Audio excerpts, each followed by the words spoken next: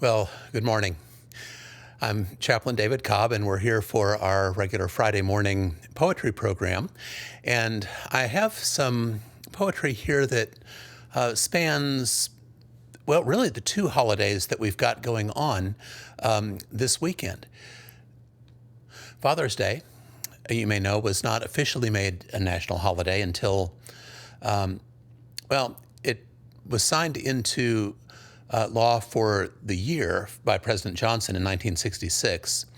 But then it was President Richard Nixon who in 1972 made Father's Day into a permanent national holiday for the United States.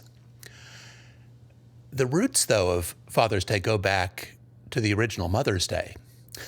Having heard about Mother's Day in a 1909 sermon, Sonora Dodd, whose father was a Civil War veteran and had raised his 6 children all by himself, asked the churches in Spokane, Washington, to designate a Sunday to honor fathers. She actually wanted it to be on her father's birthday, which I think was June 5th. But on June 19th, the churches needed just a little bit more warning than she gave them. But on June 19th, many of the churches in Spokane celebrated the first Father's Day observance. And now Father's Day didn't stick. It didn't catch on very fast. What it actually took was retail.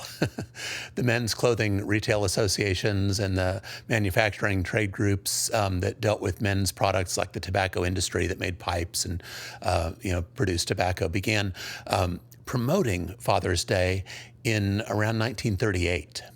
And they pushed through the war years, and by the 1950s and 60s, it was a lot more common. And by the 1980s, there were some in the trade industry who were calling Father's Day like a second Christmas, at least for men's products. I don't want to get into all the economics of it, however. I think it's just kind of a nice day to be able to be grateful for and think about fathers. And as a father, to be able to think about my son and my wife and the relationships that we have, the good things that have happened over the years. The second holiday this weekend is actually an older one than Father's Day. It's Juneteenth. That's this weekend. It's the day that the slaves in Texas first learned that President Lincoln had signed the Emancipation Proclamation. They learned it 2.5 years after he signed it. But on June 19th, 1865, there were soldiers who landed in Galveston, Texas, and they brought news with them that the Civil War had ended and that the slaves were now free. President Joe Biden just signed a bill into law this week designating Juneteenth as a national Independence Day, a federal holiday to commemorate the end of slavery in the United States. So today's poetry will mark both occasions. How did you get your name? You may have a story about that. Your parents might have a story about it. Some people say, they just kind of picked a name out of the phone book. But other names have a little bit more mystery to them and perhaps a little bit more meaning. There are some who know exactly why they were named what they were. My father had a Roman numeral 3 after his name. He was a 3rd, and he swore to my mother and to his that no son of his would ever be saddled with a 4th. He said it would drive that son to a 5th, if you know what I mean. As it happened, I got my first name from my mom's brother, my middle name from my dad's mother's father. Got all that straight? You don't need to. It matters to me. But when my son was born, he got a family name too. We went back a bit farther on my side to my great-great-grandfather. He had 2 middle names. And so we gave our son my wife's last name as his second middle. How has your name shaped you? And how did you get it? Poet Sharon Olds tells how her father named her. The Task of Naming Me by Sharon Olds. I don't think the task of naming me fell to my father because they thought the sex of the child was decided by the sperm. I don't think they knew that. They thought that giving a name was a big deal, so it should be a man who did it. And my mother was grieving. Her father in heaven had given her another daughter. In the room where new parents pay and check out, they won't let you take your baby home if you haven't named her. I think there would have been a flourish, a flash for the nurses in his dark brown eyes, a delay as he closed his eyes and held his frat boy finger above the open Bible, then brought his digit down into the creek bed of Eros, the laid open lady book, and touched my name.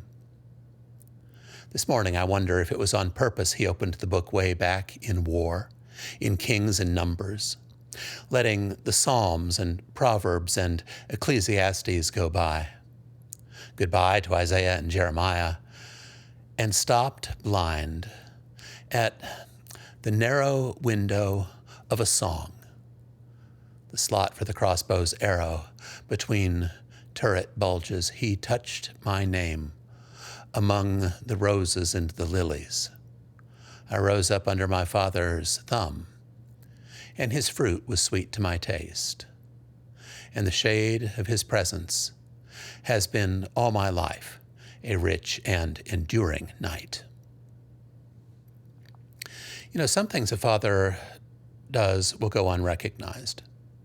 For many of us as fathers, that's just fine. Robert Hayden, whose poetry often explores concerns of race and American history, and who became the first Black American appointed as consultant in poetry to the Library of Congress, notices some of what his father used to do in those winter Sundays.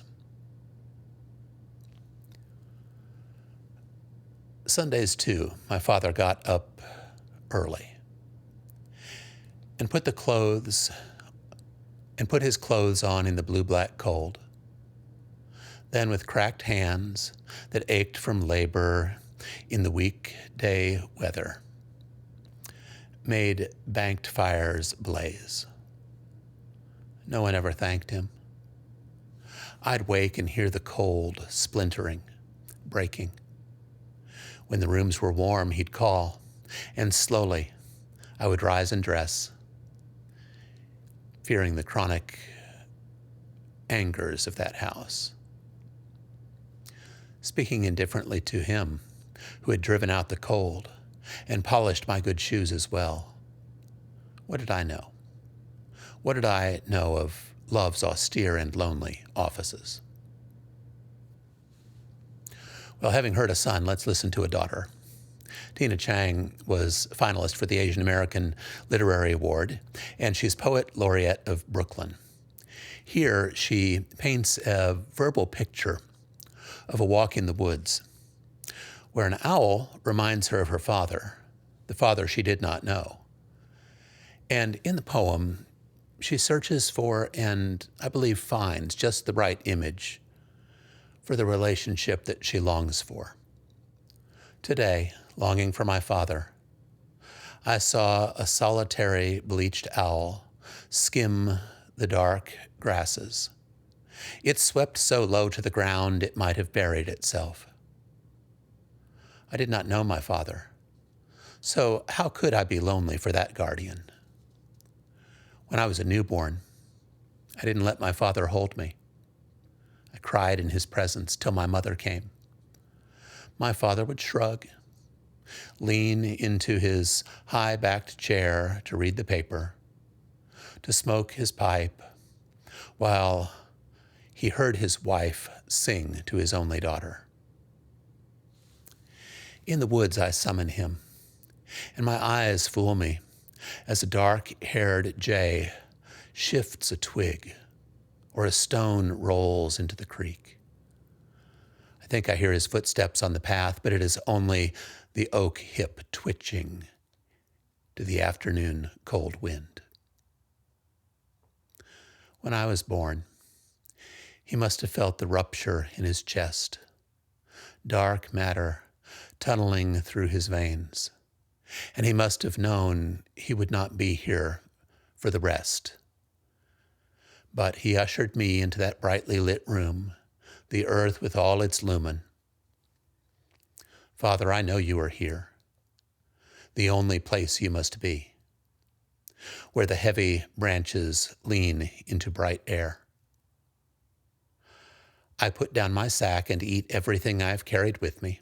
When I am done, the ants come swarming in to take the last of it, to cleanse the earth of abundance and discard. Walking in these woods, I believe that tall shadows and shafts of light mean that something is at work beyond me. Midway home, and the redwood are letting go their furious scent, where you are the tree left standing, and I am the frozen salt flat hemisphere of crusted snow. If you've ever lived in the country, or if you've even just driven through on something other than the interstate, I'm sure you've seen farmhouses surrounded by a close cluster of trees. You might have grown up in one of these farmhouses. You might have climbed those trees. All of them planted kind of like an island of towering leaves, just to shade the porch and the windows of each of the bedrooms. Maybe the tree was planted to support a swing. Well, Ellen Bryant Voigt captures the heat of summer with its visible heat, wavy and discursive. And it reminds me of seeing the heat just shimmering on the highway in the distance. The trees planted by her father are not just shade for the house. I think they could be something of his protective love for his family. Landscape, dense with trees.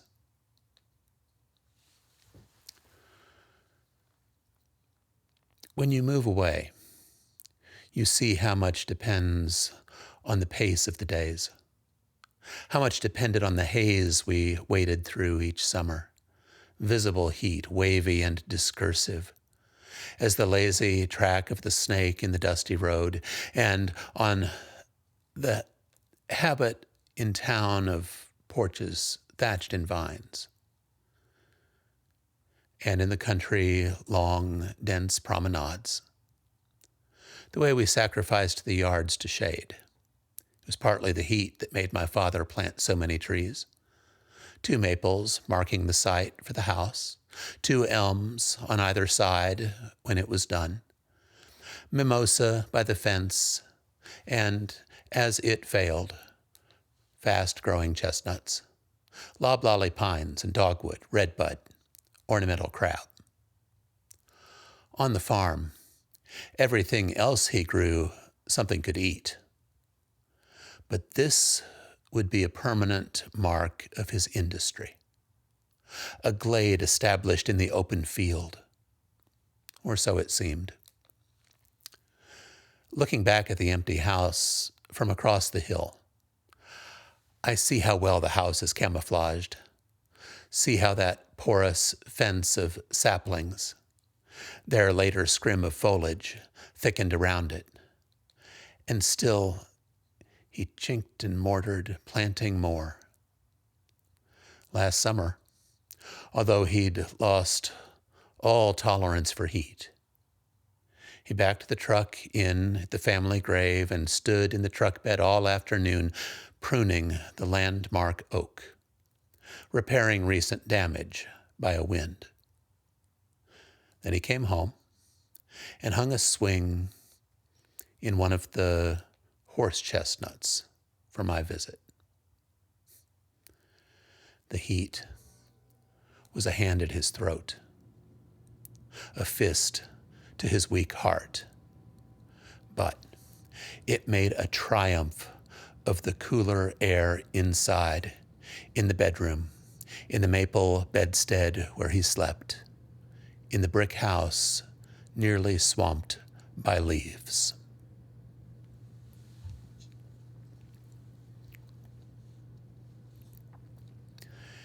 Evie Shockley's poem is framed as a letter from father to daughter, but the father is not just any father.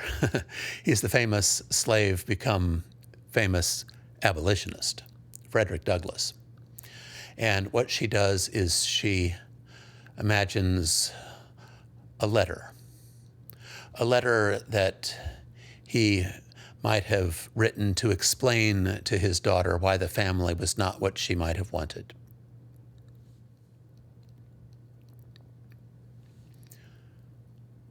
From the lost letters of Frederick Douglass.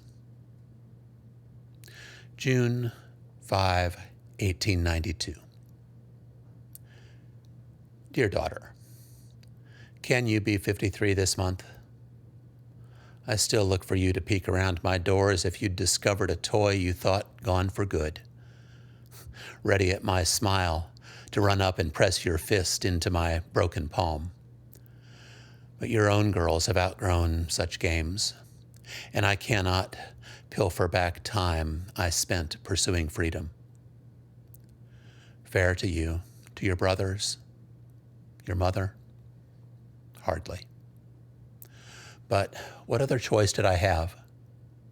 What sham, what shabby love could I offer you, so long as Thomas Auld held the law over my head? And when the personal threat was ended, whose eyes could mine enter without shame if turning toward my wife and children meant turning my back? Your mother's eyes stare out at me through yours of late. You think I didn't love her, that my quick remarriage makes a Gertrude of me, a corseted Hamlet of you. You're as wrong as you are lucky. Had Anna Murray had your education as a girl, my love for her would have been as passionate as it was grateful. But she died illiterate when I had risked my life to master language. The pleasures of book and pen retain the thrill of danger even now. And you may understand why Oteil Assing came into our house to translate me into German, could command so many hours, years of my time, or, as you would likely say, of your mother's time. Forgive me, Rosetta, for broaching such indelicate subjects. But as my eldest child and only living daughter, I want you to feel certain that Helen became the new Mrs. Douglas because of what we shared in sheaves of my papers.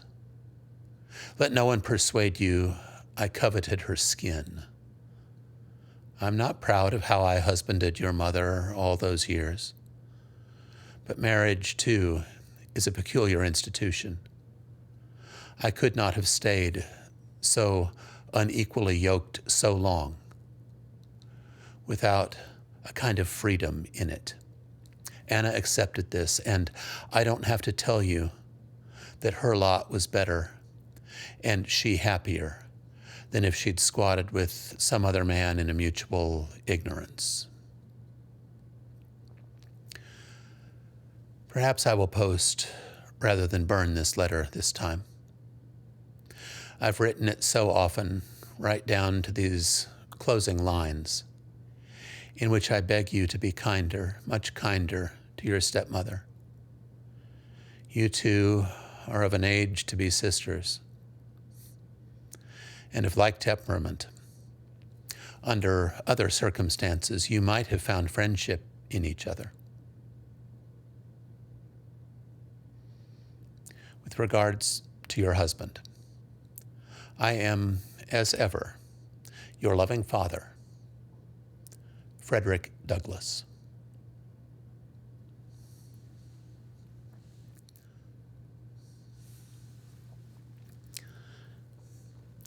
My dad was an athlete. I grew up watching him play softball, tennis, basketball. He'd played center on his high school football team in Arkansas. He was so good he was selected All-State his junior year. This was before helmets had face masks, and it's why his nose wasn't quite symmetrical. He also played center on the basketball team. When he tried to teach me baseball, I was not very good at it. I was always scared the ball would hit me. He was patient, and in time, we discovered that I could swim and that I liked playing tennis, and I even got decent at soccer. But by then, I'd outgrown what he could teach me about technique, and I never did learn the ones he had always been good at. I realize now he gave up a lot for my sisters and me. I don't think I always realized it earlier in life. He died when he and I were relatively young. This poem reminds me a lot, not of myself, but of him. Sign for my father who stressed the bunt, by David Bottoms. On the rough diamond, the hard-cut field below the dog lot and barn, we rehearsed the strict technique of bunting. I watched from the infield, the mound, the backstop, as your left hand climbed the bat, your legs and shoulders squared toward the pitcher. You could drop it like a seed down either baseline. I admired your style, but not enough to take my eyes off the bank that served as our center field fence. Years passed, 3 leagues of organized ball, no few lives. I could homer into the left field of Carmichael Motors.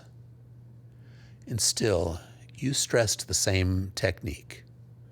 The crouch and spring, the lead arm absorbing just enough impact.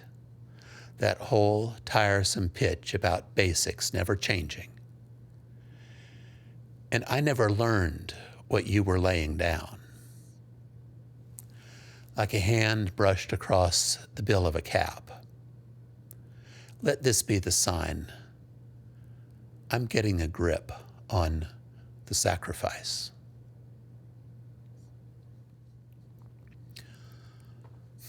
I fell in love with this poem when I first read it. It was in a book my wife had given me or I'd given to her. I can't always remember when it comes to our poetry collections which one of us gave the other the gift. But Natasha Tretheway often explores the boundaries between us. She was born to a biracial couple, her father white, her mother black. And she lives on both sides of a boundary that we still haven't figured out how to break down in America. Here in a poem named after the age in which our nation was founded, she points to the dilemma, noticing it, but with her judgment tempered by another sort of enlightenment. Not only historical, but personal. Enlightenment by Natasha Tretheway. In the portrait of Jefferson that hangs at Monticello, he is rendered two-toned. His forehead white with illumination, a lit bulb, the rest of his face in shadow, darkened as if the artist meant to contrast his bright knowledge, its dark subtext. By 1805, when Jefferson sat for the portrait, he was already linked to an affair with his slave. Against a backdrop, blue and ethereal, a wash of paint that seems to hold him in relief, Jefferson gazes out across the centuries, his lips fixed as if he's just uttered some final word. The first time I saw the painting, I listened as my father explained the contradictions. How Jefferson hated slavery, though. Out of necessity, my father said, had to own slaves. That his moral philosophy meant he could not have fathered those children. Would have been impossible, my father said. For years we debated the distance between word and deed, to follow my father from book to book, gathering citations, listening as he named, like a field guide to Virginia, each flower and tree and bird, as if to prove a man's pursuit of knowledge is greater than his shortcomings, the limits of his vision. I did not know then the subtext of our story, that my father could imagine Jefferson's words made flesh in my flesh, the improvement of the blacks in body and mind in the first instance of their mixture with the whites, or that my father could believe he'd made me better. When I think of this now, I see how the past holds us captive. Its beautiful ruin, etched on the mind's eye. My young father, a rough outline of the old man he's become, needing to show me the better measure of his heart, an equation writ large at Monticello. That was years ago. Now we take in how much has changed. Talk of Sally Hemings. Someone asking, how white was she? Parsing the fractions as if to name what made her worthy of Jefferson's attentions. A near-white quadroon mistress, not a plain black slave. Imagine stepping back into the past, our guide tells us then. And I can't resist whispering to my father, this is where we split up. I'll head around to the back. When he laughs, I know he's grateful I've made a joke of it. The history that links us, white father, black daughter, even as it renders us other to each other.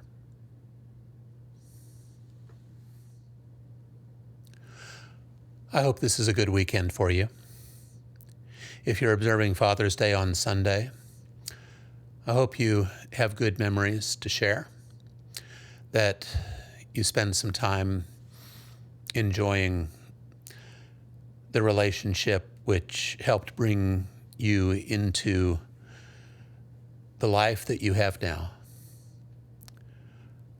If you are observing Juneteenth also on Saturday, then I hope you will take some time during the day to remember our past, to be honest about it, to celebrate what we have done so far, and to commit yourself to what we yet need to do.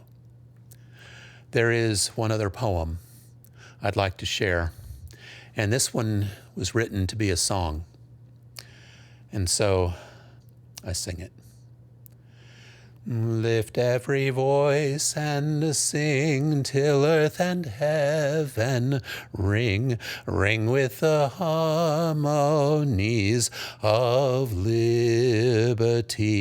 Let our rejoicing rise high as the listening skies. Let it resound loud as the rolling sea. Sing a song full of the faith that the dark past has taught us. Sing a song full of the hope that the present has brought us.